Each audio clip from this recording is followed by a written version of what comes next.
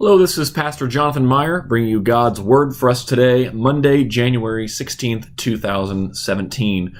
We're continuing on in our chapter a day with Genesis chapter 11. Starts out with the account of the Tower of Babel, then moves into a little bit more generations and genealogy until we get to finally Abraham, or Abram, as he's called at this point. Genesis 11. Now the whole earth had one language and the same words. And as people migrated from the east, they found a plain in the land of Shinar and settled there. And they said to one another, "Come, let us make bricks and burn them thoroughly." And they had brick for stone and bitumen for mortar. Then they said, "Come, let us build ourselves a city and a tower with its top in the heavens, and let us make a name for ourselves, lest we be dispersed over the face of the whole earth."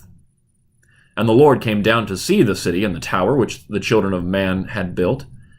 And the Lord said, "Behold, they are one people, and they have all one language, and this is only the beginning of what they will do. And nothing that they plan to do will now be impossible for them. Come, let us go down there, confuse their language, so that they may not understand one another's speech." So the Lord dispersed them from there over the face of all the earth, and they left off building the city.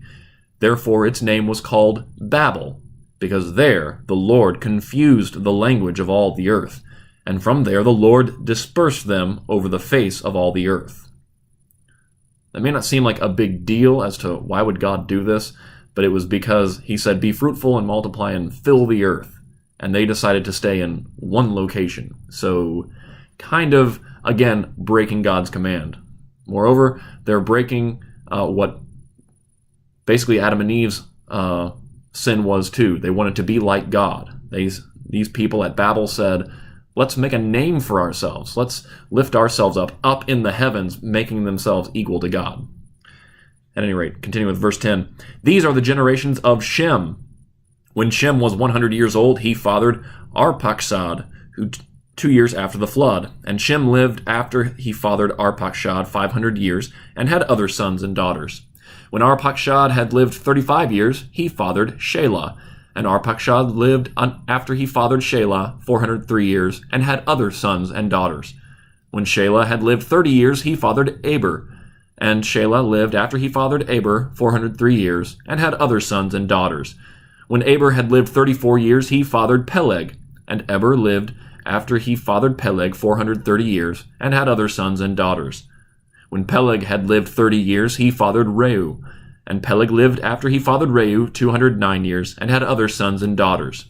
When Reu had lived 32 years, he fathered Serug. And Reu lived after he fathered Serug 207 years, and had other sons and daughters. When Serug had lived 30 years, he fathered Nahor. And Serug lived after he fathered Nahor 200 years, and had other sons and daughters. When Nahor had lived 29 years, he fathered Terah. And Nahor lived after he fathered Terah 119 years, and had other sons and daughters. When Terah had lived 70 years, he fathered Abram, Nahor, and Haran. Now these are the generations of Terah. Terah fathered Abram, Nahor, and Haran fathered Lot. Haran died in the presence of his father Terah in the land of his kindred, in Ur of the Chaldeans. And Abram and Nahor took wives. The name of Abram's wife was Sarai, and the name of Nahor's wife Milcah, the daughter of Haran, the father of Milcah and Iscah. Now Sarai was barren. She had no child. Terah took Abram his son, and Lot the son of Haran, his grandson, and Sarai his daughter-in-law, his son Abram's wife, and they went forth together from Ur of the Chaldeans to go into the land of Canaan. But when they came to Haran, they settled there. The days of Terah were 205 years, and Terah died in Haran. Well, this has been God's Word for us today. Join us again tomorrow. Be sure to leave any comments or questions in the comments section below. We'll see you tomorrow. Bye.